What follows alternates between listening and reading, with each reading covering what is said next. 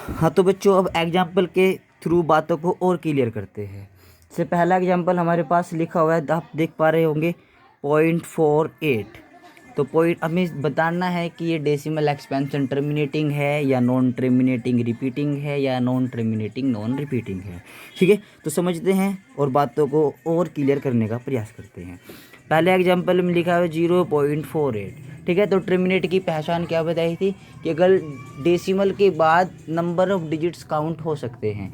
तो इस क्वेश्चन में देखिएगा डेसिमल के बाद कितने डिजिट्स आए, 1 और 2, तो काउंटेबल है। काउंटेबल है तो इसका एक्सप्रेशन कैसा होगा, ये टर्मिनेटिंग होगा।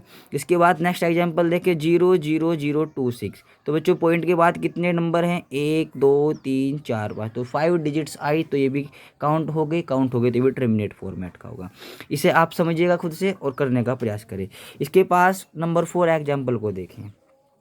ये लिखा हुआ है 18.48 और 48 के ऊपर लगाया गया है बार। अब इस बार का मतलब आपको थोड़ी देर पहले बताया गया था कि 18.48 अप टू यही स्टोरी चलती रहेगी कहाँ तक बच्चों, इन्फिनिटी तक। तो भी आपने देखा कि इसका जो डेसिमल एक्सपेंशन है वो टर्मिनेट नहीं हो रहा, लेकिन वो रिपीट तो हो रहा। देखो 48 बार बार आ रहा। तो ये नंबर किस कैटेगरी का होगा बच्चों, नॉन टर्मिनेटिंग रिपीटिंग कैटेगरी का। इसके बाद एग्जाम्पल नंबर 5 देखिएगा 0.999 और ये स्टोरी कहाँ तक चली, अप टू इन्फिनिटी तक जा रही। तो एक ही नंबर पॉइंट के बाद बार बार रिपीट हो रहा, तो काउंट तो ये नहीं होगा क्योंकि स्टोरी कहाँ तक चली गई हमारी, इन्फिनिटी तक। अगर काउंट नहीं है लेकिन रिपीट है तो ये कौन सा होगा, नॉन टर्मिनेट, यानी कि टर्मिनेट नहीं होगा बट रिपीटिंग होगा। तो ये नॉन टर्मिनेटिंग रिपीटिंग कैटेगरी का होगा। नंबर 6 में आपको ध्यान से देखें 2.23105 अप टू इन्फिनिटी।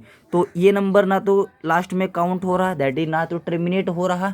टर्मिनेट का मतलब कि पॉइंट के बाद के डिजिट्स को हम काउंट नहीं कर सकते, और ना ही कोई भी डिजिट्स रिपीट हो रही। तो बच्चों ना तो ये नॉन टर्मिनेटिंग है और ना ही ये नॉन रिपीटिंग। अगर आपसे पूछे किस कैटेगरी का नंबर है तो ये हमारे लिए कैसे बनेगा, एक इरेशनल नंबर बनेगा। ठीक है, तो आज का डिस्कशन बच्चों आपको अच्छे से समझ में आया होगा। ठीक है, और नेक्स्ट पढ़ने के लिए आप इन चीज़ों को अच्छे से पढ़ें। आज के लिए इतना ही, क्योंकि जो भी हमारी नेक्स्ट टॉपिक होगा वो इन्हीं से कहीं ना कहीं लिंक होगा। तो इन चीज़ों को अच्छे से पढ़कर आएँ और समझने का प्रयास करें। ठीक है, आज के लिए इतना ही, धन्यवाद।